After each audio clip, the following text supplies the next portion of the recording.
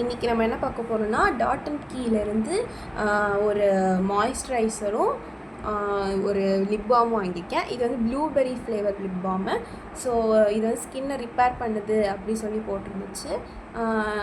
இது ஒரு lip balm ஒன்று வாங்கியிருக்கேன். நெக்ஸ்ட் வந்து இந்த இந்த மாய்ஸ்சரைசர் வந்து எந்தெந்த ஸ்கின் டைப்புனா ஒரு ட்ரைலேருந்து காம்பினேஷன் ஸ்கின் வரைக்கும் யூஸ் பண்ணலாம்.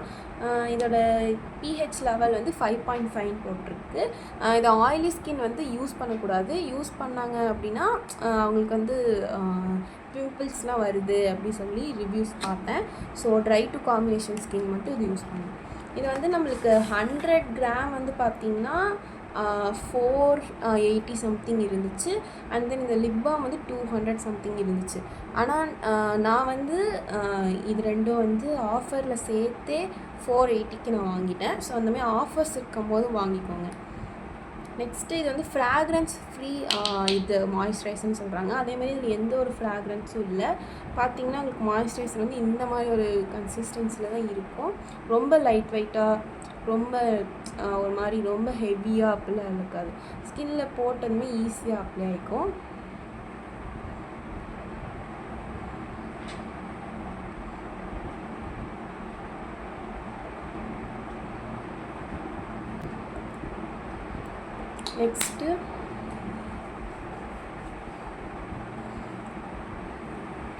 நெக்ஸ்ட்டு இந்த ஒரு லிப் பாம்.